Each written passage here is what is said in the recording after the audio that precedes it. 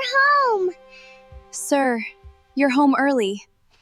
They haven't smiled like this in a very long time. The house was not supposed to feel like this. Not chaotic, not loud, not unfamiliar. But when the Mafia boss stepped inside early that afternoon, something felt completely wrong. Not broken, not destroyed. Wrong in a way that could not be explained immediately. The grand DeLuca mansion stood still in its perfect silence. But silence can lie, and today it was lying very badly. The main doors opened slowly, no announcement, no guards rushing, because no one expected him back yet. The Mafia boss, Dante Moretti, stepped inside, black suit, controlled posture, cold eyes that had seen betrayal more than loyalty. But even he paused for a fraction of a second, because he heard something, not gunfire, not shouting, laughter, children laughing, inside his house. That alone should not have been possible. His jaw tightened slightly. Slow steps. He moved forward, each step heavier than the last. The sound of small feet echoed from the kitchen area.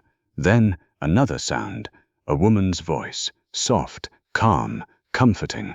And that's when he stopped, because that voice did not belong to anyone he recognized. He turned the corner slowly, and what he saw did not match his reality. 3 small children were sitting on the kitchen counter, triplets, laughing, clapping, covered in flour, and standing between them was the maid, wearing a simple apron, hair tied back, helping them bake something like it was the most normal thing in the world. One of the children reached out and touched her face. She smiled, naturally, without hesitation, without fear, like she belonged there, like she had always belonged there. Dante didn't move, didn't speak, didn't breathe for a second, because in his world, no one touches what is his, not without permission, not without consequence. And yet, his children were laughing with her. The maid turned slightly and froze instantly, because she saw him, the Mafia boss, standing at the entrance, watching everything. Silence hit the room like a weapon. The children slowly stopped laughing. One of them whispered, "Mummy?" That word hit differently, not because it was correct, but because it was familiar to them. The maid stepped back slightly. Her expression changed instantly. Not fear, but realization. The Mafia boss finally spoke, low voice, controlled, dangerous. "What is happening here?" The maid swallowed slightly, but didn't run, didn't panic. That alone made the situation even more strange, because most people in this house fear him before he speaks. She didn't. "I was just taking care of them," she said softly. A pause, and they were hungry. Silence again. The Mafia boss looked at the children, then back at her. Something didn't add up. Something was missing, because his children never accepted strangers, ever. And yet, they were sitting next to her like she belonged. One of the triplets suddenly pointed at him. "Papa." Another one laughed. "Papa, you're home early." But the third one just stared at the maid and said something quietly. "Don't leave." That sentence changed the entire energy in the room. Even Dante noticed it. The attachment, the emotional shift. Too fast, too natural, too dangerous. He took one step forward, then another, until he was standing inside the kitchen now. Close, very close. The maid lowered her eyes slightly, not out of fear, but respect, or maybe caution. Dante looked at her carefully, noticing everything, her hands, her posture, the way she stood between the children and everything else, like protection was instinct for her. And then he said quietly, "You were not hired to do this." A pause. His eyes narrowed slightly. "So why are my children attached to you?" Silence. The maid didn't answer immediately, because she didn't have a simple answer, and that made the moment even heavier. The triplets looked between both of them, not understanding the tension, but feeling it. Finally, she whispered, "Because they were alone." That line stayed in the air, heavy, unanswered, and for the first time, the Mafia boss didn't respond immediately, because something about that answer felt like it was not just about the children, it was about him too. The Mafia boss stared at her for a long moment, then slowly said, "You should not have been alone with them." But even as he said it, he realized something unsettling. They were not afraid of her, and worse, they didn't want her to leave. The silence in the kitchen did not disappear. It only changed shape. The Mafia boss was still standing near the entrance, watching the maid carefully, not the children, her. Because children laughing was unusual, but children trusting a stranger so quickly was something else entirely, something wrong, something calculated, or something hidden. The triplets continued sitting on the counter, still smiling, still unaware of the tension growing around them. One of them swung their legs slightly, completely comfortable. Another leaned toward the maid again. "Will you make cookies tomorrow too?" The maid hesitated for a second, then smiled softly. "Yes, if your father allows it." That word, father, it immediately shifted the room again. Dante's eyes narrowed slightly, because she spoke like she already understood the structure of his home, like she was not just passing through it, but reading it. He stepped forward slowly, each step precise, controlled, dangerous in its calmness. "You are speaking too comfortably in my house," he said quietly. The maid lowered her gaze slightly. "I am not trying to disrespect you." A pause. "I am only trying to keep them calm." That answer should have been simple, but it wasn't, because she didn't say your children. She said them, like she had already emotionally separated herself from ownership language. Dante noticed everything. He always did. "You didn't answer my question earlier," he said. Her eyes lifted slightly now, meeting his for a brief moment. And that brief moment changed something subtle in the air. Not trust, not connection, but recognition. "I was hired temporarily through agency placement," she said softly. "I was told only cleaning duties." A pause. "But they were left alone most of the day." Silence again. Dante didn't react immediately, because agency placements in his estate were strictly controlled. That meant either someone lied or someone bypassed him. Both options were dangerous. The maid continued quietly. "They were crying when I arrived in the kitchen yesterday. I didn't ignore them." That line hit differently, not because it was emotional, but because it was simple, too simple for someone standing in his house. Dante looked at the triplets again. They were still calm, too calm for children who usually panic around strangers. Then back at her. "Children in this house do not attach easily," he said. A pause. "Especially not to staff." The maid nodded slightly. "I didn't make them attach." Another pause. "I just stayed when they needed someone." That answer made the Mafia boss silent for a moment longer than usual, because it didn't sound like manipulation. It sounded like habit.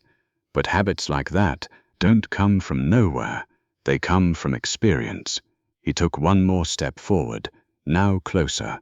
Close enough that the tension between authority and calm presence became visible. "Tell me your full name," he said. The maid hesitated, just a fraction, then answered, "Elena Vele." A normal name, too normal. That was the problem, because nothing about her presence felt normal. Dante studied her face again, trying to find cracks, but there were none. Only control, only calm, only silence that didn't feel afraid. One of the triplets suddenly called out, "Papa, she fixed my cut yesterday." Dante's eyes shifted instantly. "What cut?" The child pointed to a small bandage on his finger. "She did it." The Mafia boss looked at it, then at her, and something inside his expression shifted slightly. Not emotion, but calculation. "You treated him." The maid nodded. "Only basic first aid. That should not have been possible." No staff was authorized for medical contact without supervision, yet here it was. Evidence, small but important. Dante's voice lowered slightly. "You seem to know things I didn't authorize." The maid didn't step back. "I know basic care." A pause. "I used to work in childcare before." That sentence changed something again, because now it wasn't just curiosity, it was potential truth, a past, a skill set, a reason children reacted to her differently. Dante stared at her for a long moment, then finally said, "Then I will verify everything about you." A pause.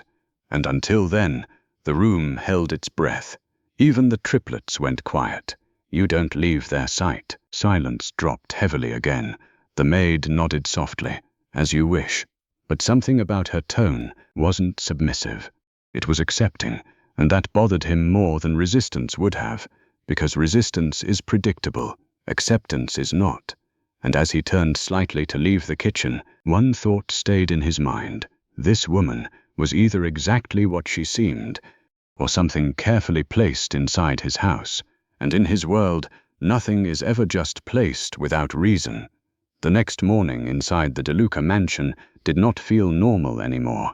Something had changed, not in structure, not in security, but in behavior.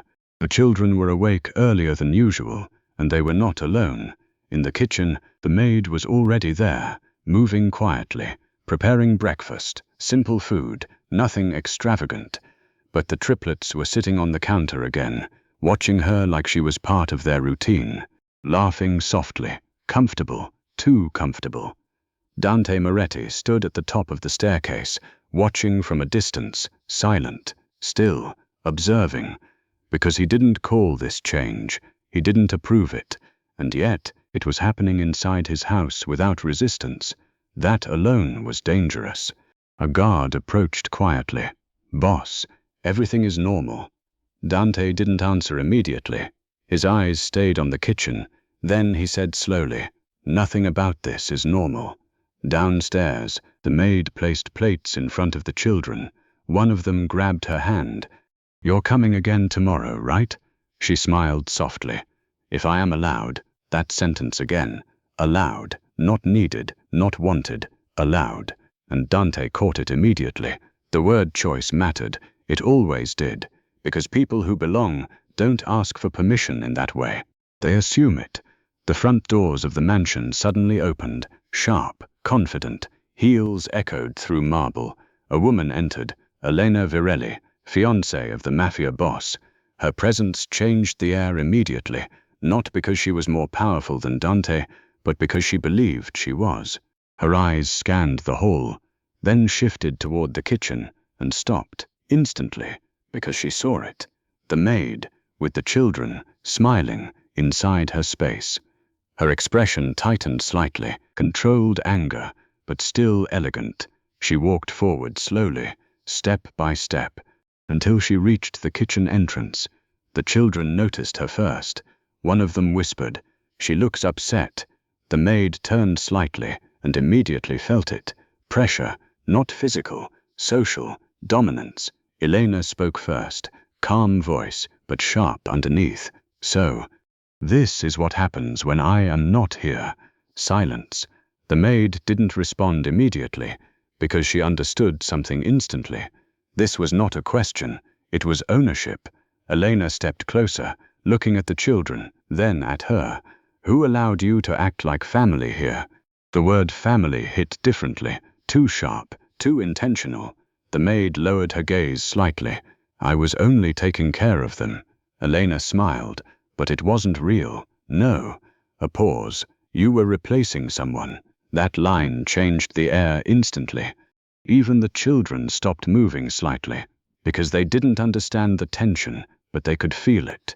From upstairs, Dante's eyes narrowed slightly. He had not moved yet, but he was listening. Elena turned slightly toward the hallway and spoke louder. "Dante." Silence.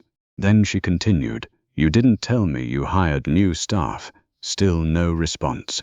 That silence annoyed her more, because she was not used to being ignored in his house. Dante finally appeared at the top of the stairs. Slow steps, controlled expression, no emotion visible. Elena immediately softened her tone, but only slightly. "This woman is getting too comfortable."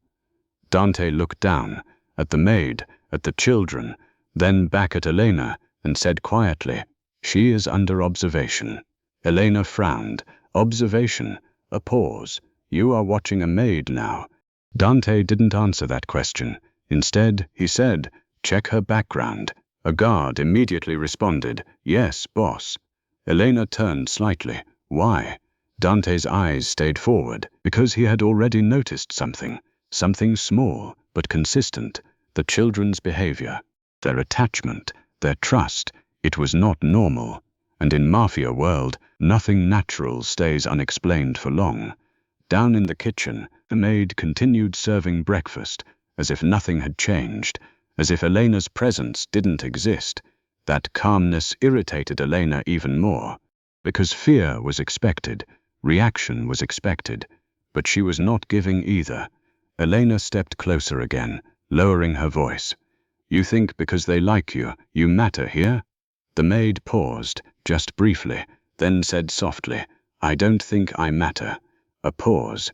"I just think they are children." Silence.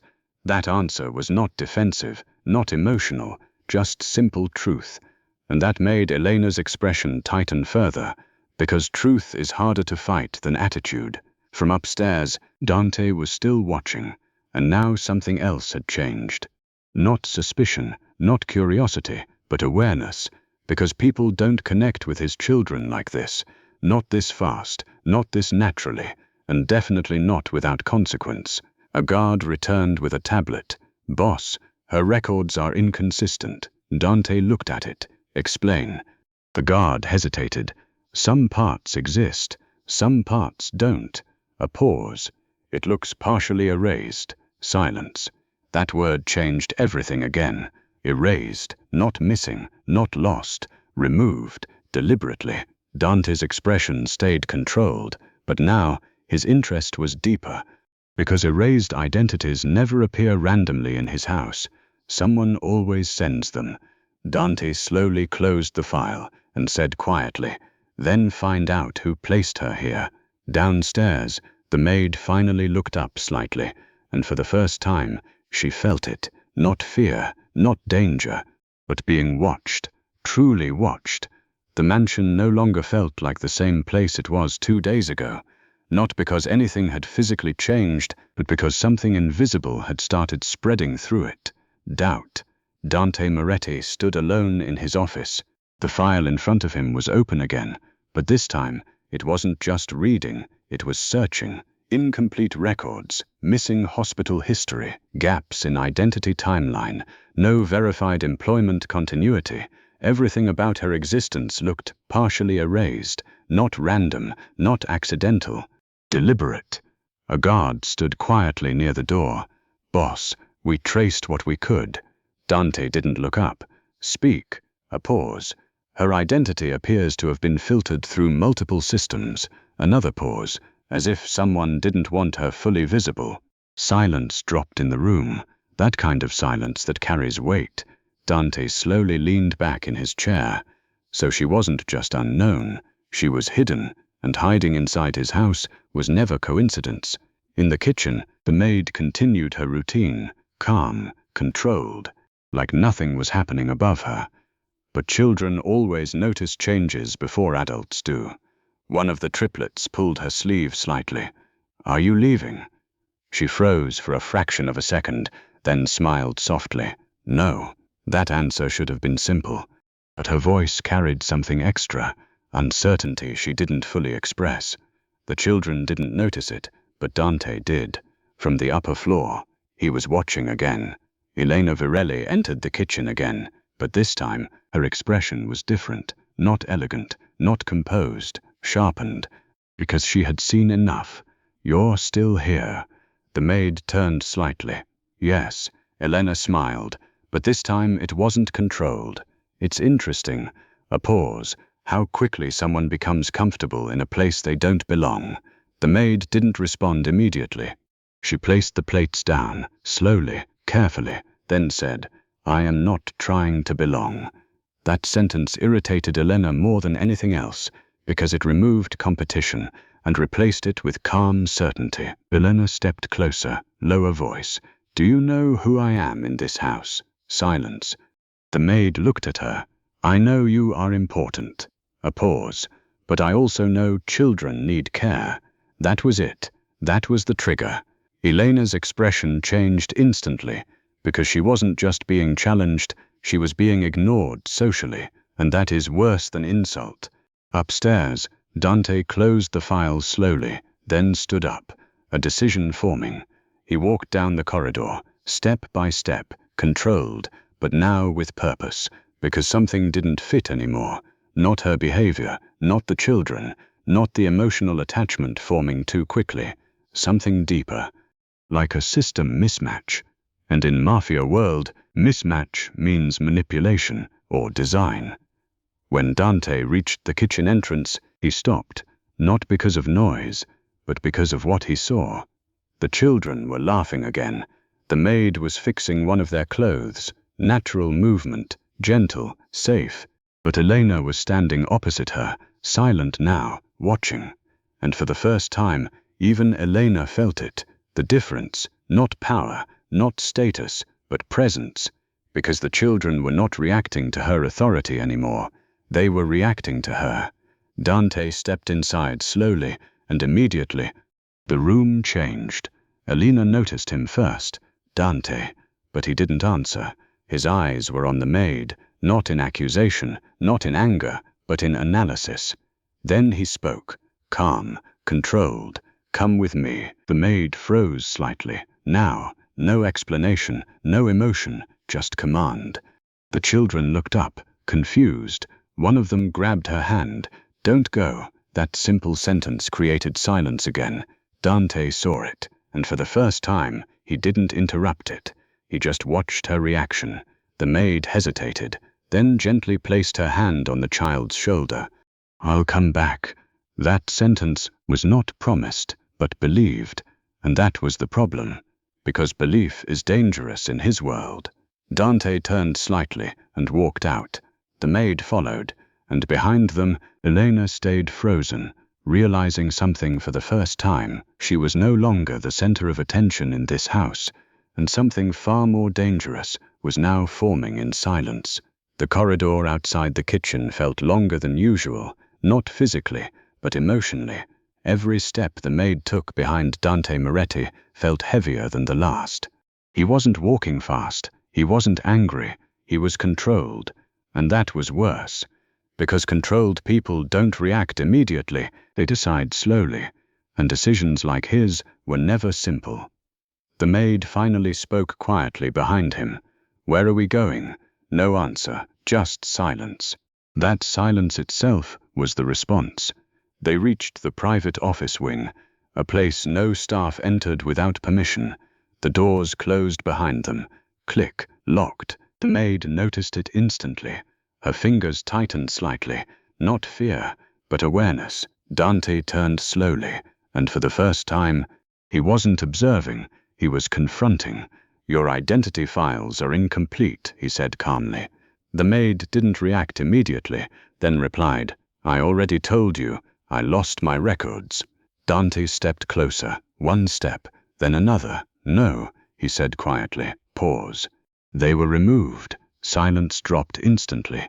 That word changed the room again. Removed, intentional, not lost, not missing, erased. The maid's expression shifted slightly for the first time.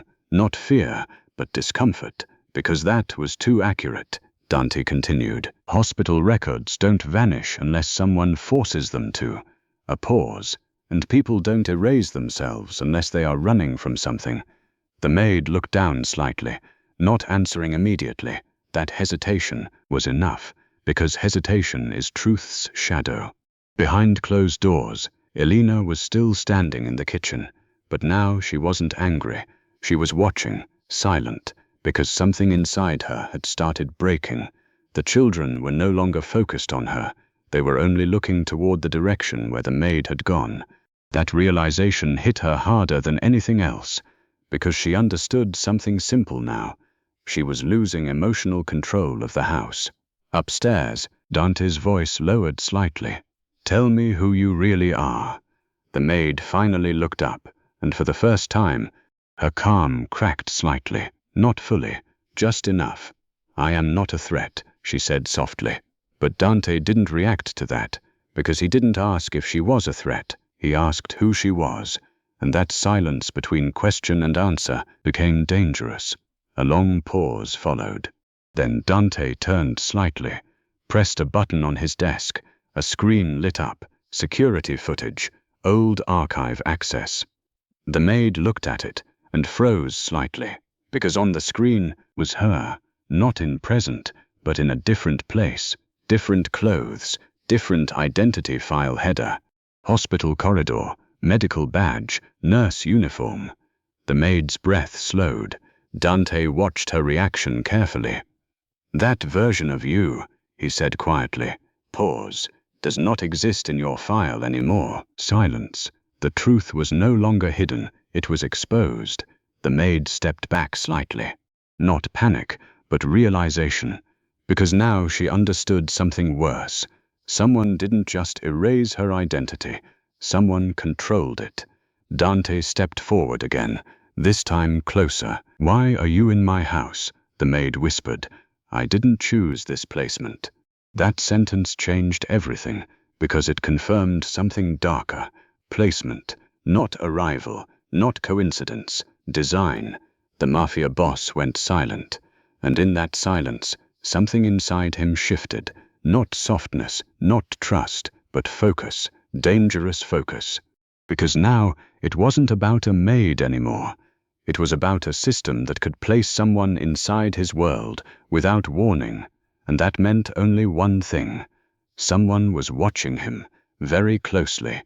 Behind the locked office, the maid slowly looked at Dante and said softly, "If you dig deeper, you will not like what you find." Dante didn't answer immediately. Then he said, "I already don't like what I don't know." Silence, heavy silence, and for the first time, the maid realized something terrifying. She was no longer just working in his house.